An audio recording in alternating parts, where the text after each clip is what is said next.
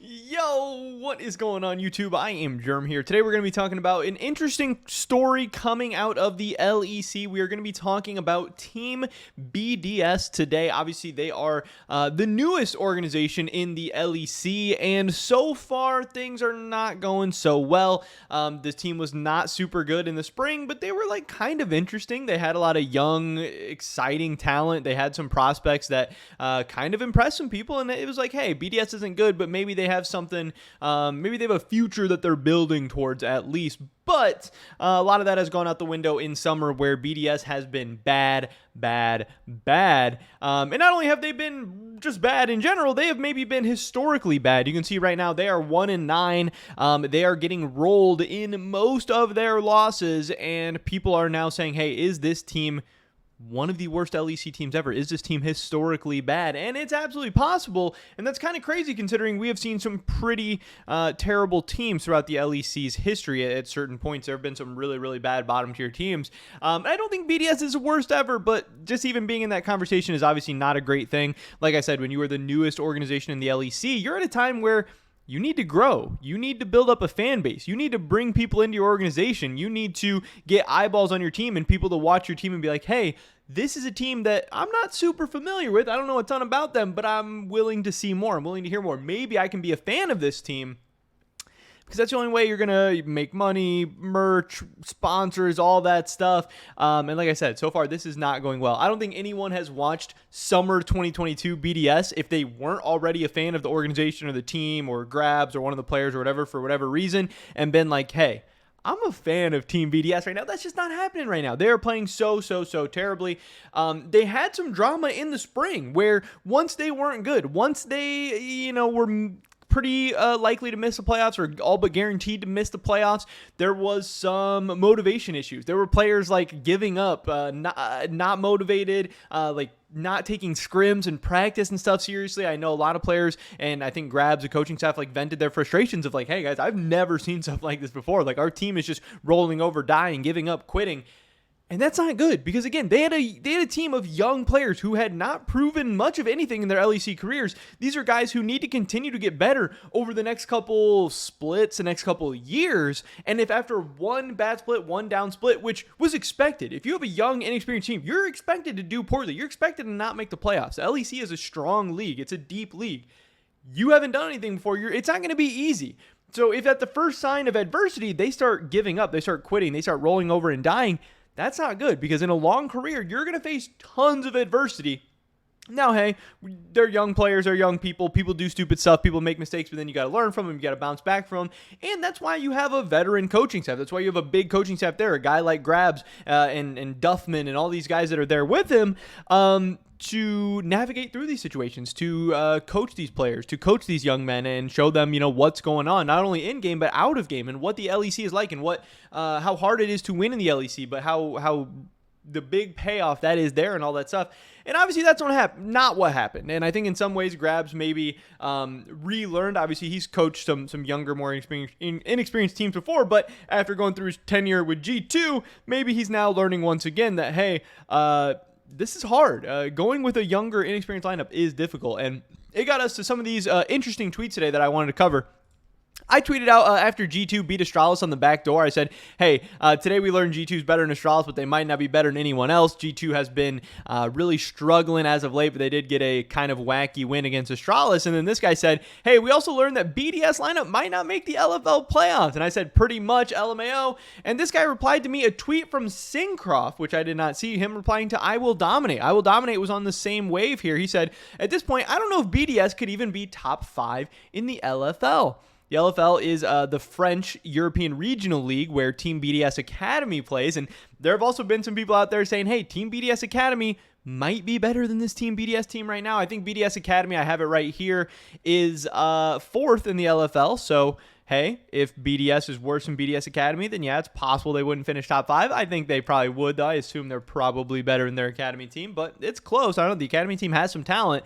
And Syncroft, the jungler for Team BDS, he replied, I think we would struggle to get playoffs even. And playoffs in the LFL, top 6. That's not a good sign.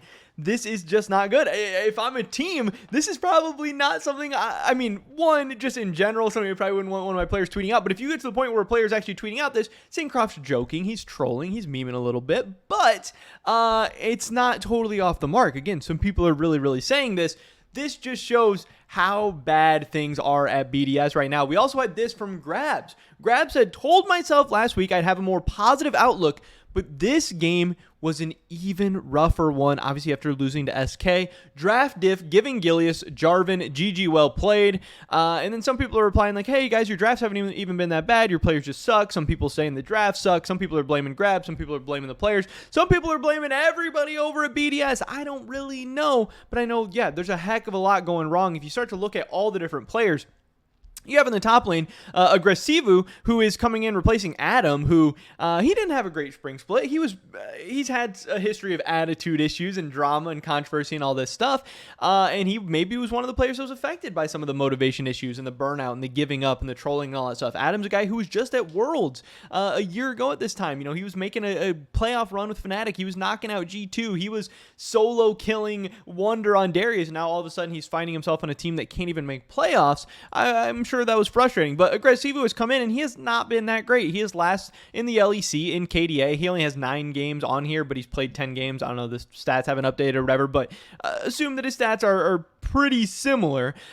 We also have goal differential at 10. He is the second lowest top laner with -212. CSD at 10. He is the second lowest, -3.1. Thank God for him that Vizicachi exists and, has been a little bit worse, at least according to these stats. And then kind of interesting, damage per minute. He's at 435. He's the third lowest damage per minute. So he's not scaling up and doing a whole lot. Low KDA, I don't know. Obviously, when you're on a bad team, your stats are going to trend downwards, but hey, he hasn't been dominant individually. It's not like he's dominating lane or anything like that. You have Syncroft, who was really, really good in spring. This guy was an absolute standout on Team BDS. He has not been standing out in the same ways this split. Same stuff for him. You can see he has one of the lowest KDAs. This says he has 7 kills. I mean, if that's true, that's crazy to me. Maybe there's an error with the stats, but if he has 7 kills in 9 or 10 games, that is really, really insane. Goal difference at 10. He's actually not too bad. He's middle of the pack, which again is pretty impressive for a team that's been struggling so much. So I still think Syncroft has been okay. Damage per minute still really, really low. You have Nuclear Int, same type of stuff. KDA dead last. They've won 1 game. Your KDAs are going to be bad. But even his laning stats, third worst. Goal difference at 10. We look at CSD, and he has the second worst CSD at 10, -7.1. That's not good, guys. That is not good. So not a whole lot of good stuff going on there. When we take a look at the BDS Academy roster, you'll see that there is some talent, but there's also not a whole lot of great stuff going on here either. You have Adam in the top lane, who I think needs to get back to the LEC. Whatever motivation, whatever drama, personality issues he has going on, I think he just is better than Aggressivu. I think he is still hopefully the future of BDS, the LEC team. And if you think he's not, then you need to bring in somebody else entirely. I don't think it seems like Aggressivu is going to be the guy for this. We have Shio. I don't know much about him. Reeker, a guy who we just saw in the LEC last split. He wasn't that great. Doesn't mean he can't be better in the future. We'll have to wait and see. We have Crowny, who hasn't been amazing in the LFL from what I've seen. I don't really think a whole lot of people think he's the answer. And Xmatty hasn't been that good in the LEC either. I would say we probably need to send Xmatty down to Academy for a little bit and probably bring in a new AD carry and probably get rid of Crowny. I like Crowny. I think he's a good personality, funny, interesting, but he just hasn't been that good. And BDS definitely needs to make some changes. And then obviously we have Erdate and Dreamer Ace. So it's not like there's a ton of opportunity to just pull up players from the BDS Academy lineup either. Yes, they are doing okay in the LFL, but I don't know. None of these players really stand out to me except for Adam as like, hey, this is a guy who I could see coming up to the LEC and making a big impact. So I think BDS is in a really, really rough spot. And they need to make a decision because they are actually an organization with some money. They have some money to throw around. It's like, hey, do we want to be the only developmental lineup? Because, if you look at their LEC roster, so much youth, so much inexperience. And when you have only youthful and only inexperienced players, it can be hard to develop them because you have 5 players who are all trying to develop, who all don't really have a clue, who all don't really know what's going on. And yeah, like I said, you have Grabs who's there to kind of show them and help guide them, hopefully. But I think it's important to have at least 1 veteran player. I would really prefer to have 2 veteran players who have maybe done something in their career to show these guys, hey, here's how you win, here's what you do, here's the practice, here's lifestyle, here's the grind, here's how you handle winning, here's how you handle losing. But right now, BDS looks absolutely disgusting on the Rift. Again, we have some of these tweets. I have to imagine the environment that was bad in spring is really, really bad once again. Grab seems frustrated. He seems, I don't know, down, upset, frustrated, whatever. Again, he said he was trying to be more positive this week, and he can't once again. You have your starting jungler saying that they wouldn't even make playoffs in the European regional leagues. I don't know. Here was my idea for what I would like for BDS to do headed into 2023. I think this is an overall more interesting team than what they have going on. Like I said, yes, young, inexperienced teams, they're going to be bad. You have to give them some time, but there's not a whole lot that I'm seeing in terms of like even potential going forward in the future for this BDS team. But I do think Adam and Syncroft are the two main guys that I would really like to see BDS build around. Again, Syncroft was really, really good in the spring. Adam has been good in the past.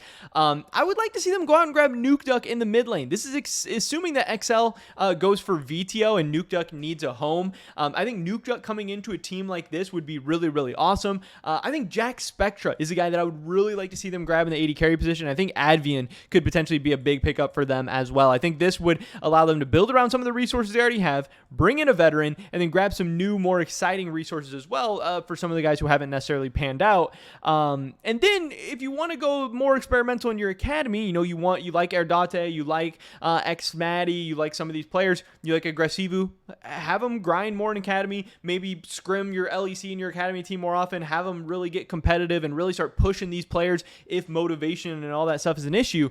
But right now, a lot of things are going bad at BDS. I'm not really liking the things I see or the things I'm hearing, and this is the same stories in spring. So hopefully Grabs, the whole coaching staff, the organization, management, everybody, hopefully they have a plan. Hopefully they have this thing under control. Things are bad right now for BDS, and I could definitely see them getting worse throughout the rest of the summer split, so definitely stay tuned. But this offseason is going to be a big one for them. Are you guys going to be spenders? Are you guys going to be a really cheap team? Are you guys going to figure out how to develop some talent? I don't know, but they got to figure something out. But that's pretty much it for this video today, guys. Let me drop a like if you did enjoy it. I would appreciate that so much. Leave a comment down below. Let me know what you guys think about Team BDS or anything we talked about in this video today. I'd love to hear your guys' thoughts and opinions. Subscribe, save today, and all my latest content. Consider checking out the Discord, first link in the description below. Hopefully catch you guys in the next one. But until then, peace.